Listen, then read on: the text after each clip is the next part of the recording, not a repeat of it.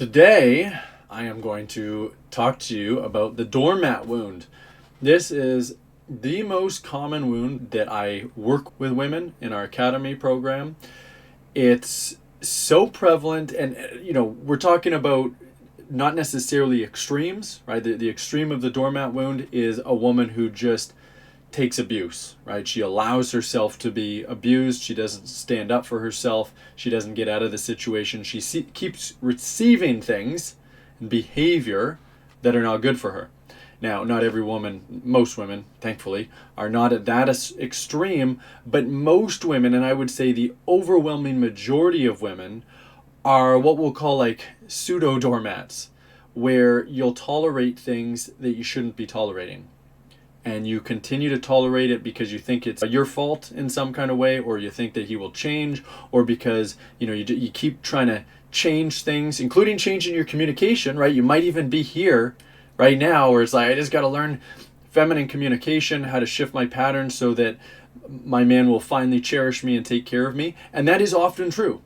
Feminine communication is magic. In most cases, it will turn things around.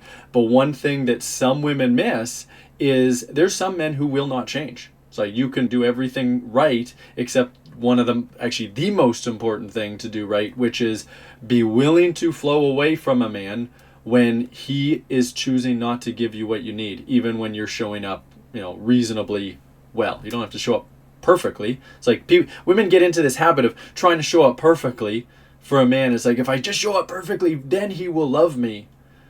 No. You're being a doormat, and he will never love you if you continue to have that mindset. Because what's happening? You're believing that unless you are perfect, then you're worthless. Unless I am perfect, then I deserve no care, because I'm going to continue to get no care until I show up as perfect. You see how that works? So this is the doormat wound, and this runs so deep in women. Now, a lot of men today also have this in a slightly different way. But it's so much more deeply programmed in women because it goes back so many generations, right? Women have been so repressed and suppressed throughout history and throughout culture, where you didn't have the right to have a voice, and that you would be abandoned in some kind of way, or abused, beaten up if you did speak up for yourself. So there was a lot to heal there. And most of the things that we're talking about are actually intergenerational. But this one especially, this is not just something where it's like, hey, this all just came from your childhood. No, this came from your childhood. This came from your mother's childhood, your grandmother's childhood, great-grandmother's childhood, way, way back. And now it's time to fully heal it. Because the only way to get what you want, which is a man who is fully cherishing you and taking care of you, loving you with his leadership, is to know how to not tolerate less than that, but not tolerate it in a feminine way. And that's what we're going to talk about today. So, hello, my name is Zach Rohde. I'm here to lead you into creating the relationship of your dreams using feminine energy and what I call feminine communication. If you have not yet subscribed to this channel, make sure you do that below, hit the notification bell, and be sure to like this video because I am going to make sure it is a good one for you today. And if you would like to learn how to shift out of your unhealthy control patterns and into inspiring a man into taking care of you, then go below this video, open up the description. You're going to see the links to all of my offers. Click zachrohdecoaching.com. That is my free webinar where you will learn how to do that. All right. So back to being a doormat. I am going to read the third and last major wounding pattern that I talk about in my book, Inspire His Devotion. If you've not yet bought it, you can get that from Amazon. You just type in my name, Zach Rohde, and you'll see all my books there. I actually got 5 books. Now, I'm going to be talking about the third pattern. If you happen to miss 1 and or 2 from my other videos, don't worry about it. You can watch those later. It doesn't matter what order it is in. So the doormat wound. This wound is based on a woman's belief that she has little worth. It doesn't have to be like little worth. It can just be like less than total worth, the total amount of worth that you should believe you have, and doesn't deserve provision, or believes that you deserve less provision than you actually do. At the extreme, women with this wound will accept breadcrumbs of provision, yet will do whatever a man tells her to do. It's like, your needs matter, right? Man's needs matter so much, my needs matter so much less. And there's a very historical precedent for that, right? That's what you've been trained to do intergenerationally. So she will do what he wants to do to meet his needs, even if her needs are not being met. This tends to attract controlling men who want to subjugate rather than devotionally lead a woman, while giving little in return. These men are takers. Now, that's not the only kind of man that you might attract with this wound pattern, but it's going to be a very common one. So what I typically see very often with the doormat wound, not always, but very common, is women who present in a feminine way. It's like women who are soft, they're not really argumentative, or at least not until really provoked. They're accepting, they're allowing, they're receptive. Lots of beautiful, like those are all beautiful feminine traits, right? Nothing wrong with any of those traits. They only become a problem when you don't recognize your worth as a woman, and then you tolerate all this crap that you're receiving and tolerate not receiving things that you should be receiving, and you don't flow away. So that's how you become a doormat. It's like, yes, absolutely, you should be receiving from a man, and you shouldn't be arguing, right? Like arguing, if you're arguing, you're in your masculine energy 100% of the time. A woman should never argue with a man. A woman should never be combative with a man in any kind of way. And I firmly believe that. And I lead my wife out of ever trying to argue with me. But that doesn't mean that you shouldn't communicate your needs. You should just do it in a feminine way. And this is where I believe historically we've gone so much in the wrong direction. Because what happens is men have a masculine instinct. And that instinct is going to resist a woman leading him, arguing with him, judging him, energetically penetrating him in any way, resisting his leadership, all of that. And so historically, when men held all of the power in society, when their woman would do that kind of stuff, they had the power to just shut that down with hitting, abuse, all kinds of stuff. And the woman is like, I'm kind of screwed because I don't make any money, and what do I do? You know, you're completely dependent.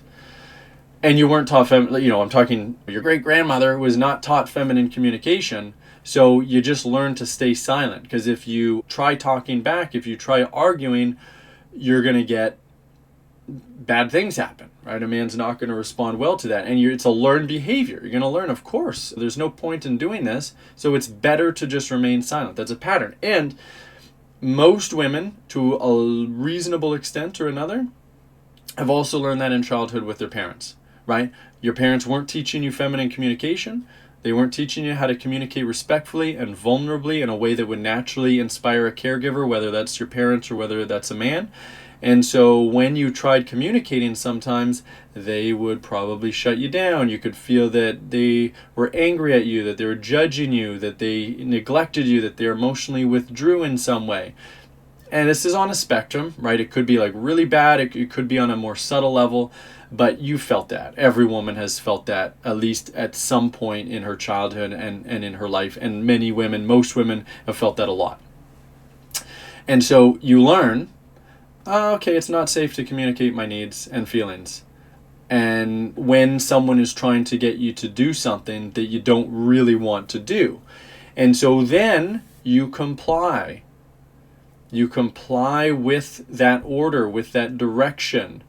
Because if you resist, bad things will happen. So when you do that, you dishonor your heart. And it feels bad. You feel that feeling of badness inside.